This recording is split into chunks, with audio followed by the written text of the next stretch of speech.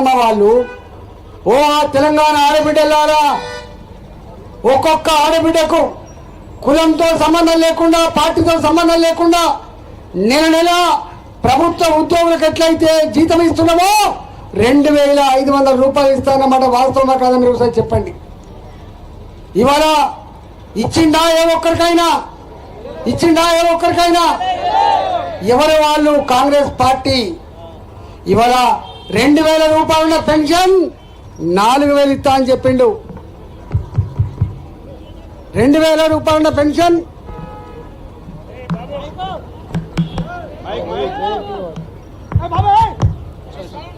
2000 రూపాయల పెన్షన్ 4000 రూపాయలు ఇస్తా అని చెప్పిండు.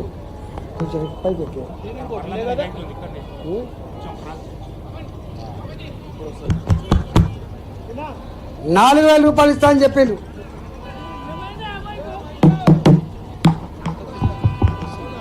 చూడు జర చూడు, డిస్టర్బ్ కాలేదు. 2000 రూపాయలు ఇస్తాన పెన్షన్ 4000 అన్నారు, ఇచ్చిందా? 4000 పెన్షన్ 6000 అన్నారు, ఇచ్చిందా? ఇవాళ 4000 ఇవ్వకపోగా 6000 రూపాయలు ఇవ్వకపోగా భర్తలు చనిపోయిన మహిళలకు పెన్షన్, కొత్త పెన్షన్ వస్తుందా?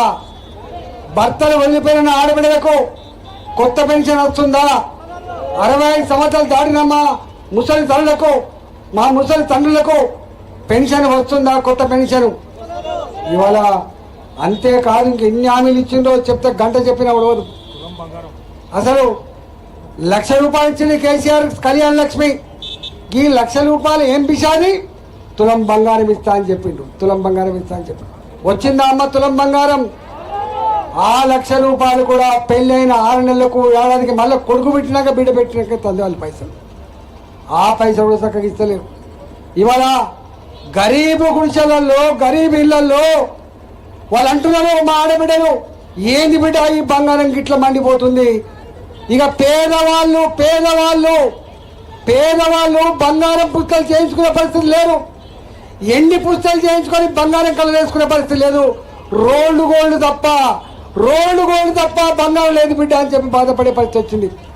మీరు అడగవలసింది కాంగ్రెస్ పార్టీలలో, అయ్యా కనీసం తులం బంగారం అని ఒక పుస్తకం చేయించుకుంటామని చెప్పి మీరు అడగవలసిన అక్కడ ఉందా లేదా మీరు మిమ్మల్ని అడుగుతా ఉన్నాను.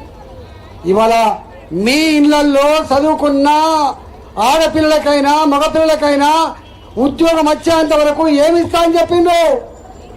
4000 రూపాయలు నెలకి ఇస్తా అని చెప్పిండు. ఇచ్చిండా? కేసీఆర్ కూడా మాట ఇచ్చిండు. ఆ మాట కేసీఆర్ ఎగబెట్టిండు, ఇవాళ కాంగ్రెస్ పార్టీ కూడా ఎగబెట్టింది. రైతు బంధు చక్కగా లేదు. ఇవాళ పిల్లలకు చదువుకోవడానికి బ్యాంక్ కార్డు ఇస్తా అని చెప్పిండు, అది లేదు. రుణాలు ఇస్తా అని చెప్పిండు, అది లేదు. ఒక్క మాటలో చెప్పాలంటే మాటలు కోటలు దాటినాయి రేవంత్ రెడ్డి గారి, కాళ్ళు మాత్రం తంగెలు దాటలేదు. ఆనాడు కేసీఆర్ మోసం చేసిందని చెప్పి కేసీఆర్ ధరణి చెప్పి 40, 50, 60 ఏళ్ళుగా తాతల నాడి కాలం నుంచి ఉన్న భూముల్ని మనకు కాకుండా చేసిపోయినని చెప్పి కోపంతో మనం ఓట్లేసినాం. ఇవాళ ఇదే పక్క పొంటి లక్ష్మాపూర్ ఉన్నది, ఆ ఊర్లో ఉన్న వేలాది ఎకరాల భూములు 100 మంది రైతులకు ఇవాళ ఇప్పటికి కూడా పాస్ పుస్తకాలు లేవు. ఇవాళ ఆనాడు అసైన్ చేయబడ్డ భూములు, ప్రభుత్వ భూములు సాగు చేసుకునే పేదవాళ్ళు ఇవాళ ఇనాము రూపంలో వచ్చిన భూములు కావచ్చు, రకరకాల భూములకు ధరణి వచ్చిన తర్వాత అడ్రస్ లేకుండా పోయింది. అనేక మంది కొనుక్కొని నా భూమే కాదు సాగు చేసుకుంటా ఉంటే ఆ భూములకు కూడా కాగితాలు లేకుండా చేసిన కేసీఆర్. వీళ్ళు ఇస్తా అని చెప్పిండ్రు.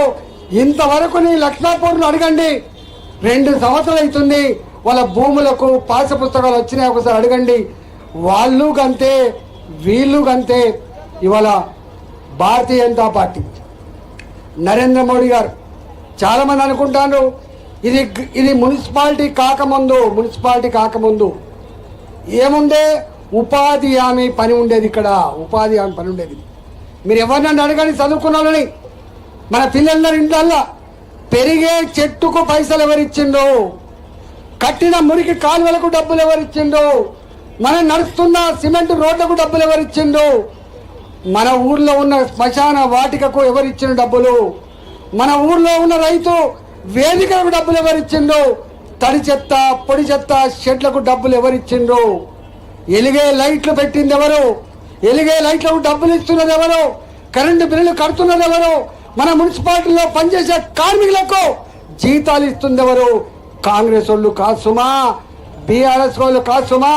నరేంద్ర మోడీ గారు 15th ఫైనాన్స్ కమిషన్ నిధులు వస్తేనే ఈ పైసలు వస్తున్నాయి, ఈ పైసలు వస్తున్నాయి. నేనంటలేనమ్మా, మీ ఎమ్మెల్యే గారు అంటున్నారు నేను గెలిచిందే బాగానే కానీ నా చేతులు ఏం లేదంటాడు ఆయన. అంటాడా లేదా?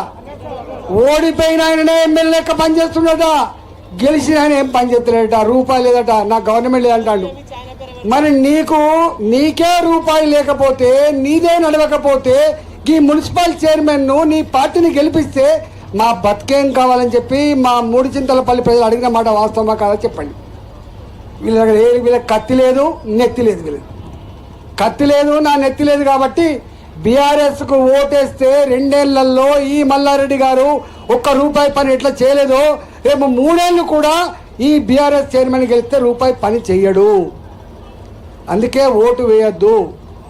ఇవాళ కాంగ్రెస్ పార్టీ నేనంటే ఆయన అంటాడు, ముఖ్యమంత్రి నన్ను కోసిన రూపాయలు అంటాడు. చూసావా అన్న, నేను ఎన్నికల ముందు ఒడ్డెక్కదాకా ఓడమల్లప్ప, ఒడ్డెక్కినాక బోడమల్లప్ప అన్న. ఎన్నికల ముందు నాకు ఓటు రావాలి, మా ఎమ్మెల్యేలు గెలవాలి, నీ ముఖ్యమంత్రి కావాలని చెప్పి కలగన్నా నేను సక్సెస్ఫుల్గా నమ్మించిన కాబట్టే ముఖ్యమంత్రి అని అంటాడు. కాబట్టి రేపు మీకు ఇక్కడ 5 పైసల బిల్ల కూడా ఇవి 2 ఏళ్ళు అవుతుంది. 3 చింతలపల్లి మున్సిపాలిటీలో ఎన్ని కోట్ల రూపాయలు తీసుకొచ్చి ఇక్కడ డెవలప్ చేసింది ఒకసారి ఆలోచన చేయండి.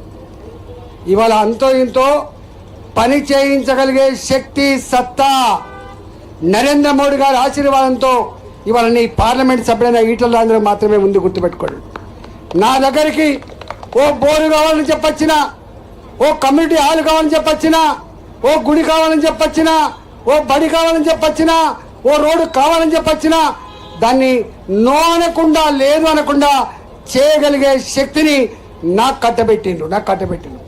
రేపు భారతీయ జనతా పార్టీ కౌన్సిలర్ అభ్యర్థులు మీరు గెలిపించండి. 2 పనులు చేస్తా.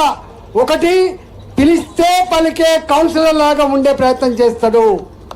మా వాళ్ళు ల్యాండ్ దందాలు చేయరు, మా వాళ్ళు లంచాలు తీసుకోరు, మా వాళ్ళు ప్రజలు వేధించరు. నోట్లో నాలుకలాగా ఉండే డ్యూటీ ఇవాళ నేను ఎట్లయితే ఉన్నానో మీరు చూసారు కదా. ఇవాళ ఇక్కడే ఉంటుంది బొమ్మరాజపేట భూములు గుంజుకున్నాడు. కన్నెర చేసింది ఖబర్దార్ నా కొడుకు అని చెప్పి పిడికిలి బిగించి వాళ్ళ మెడలు వంచినోడు ఈటల రాజేందర్, గుర్తుపెట్టుకోండి. ఇవాళ హైదరాబాద్ లో తెలంగాణ పల్లెలలో ఉపాధి లేకపోతే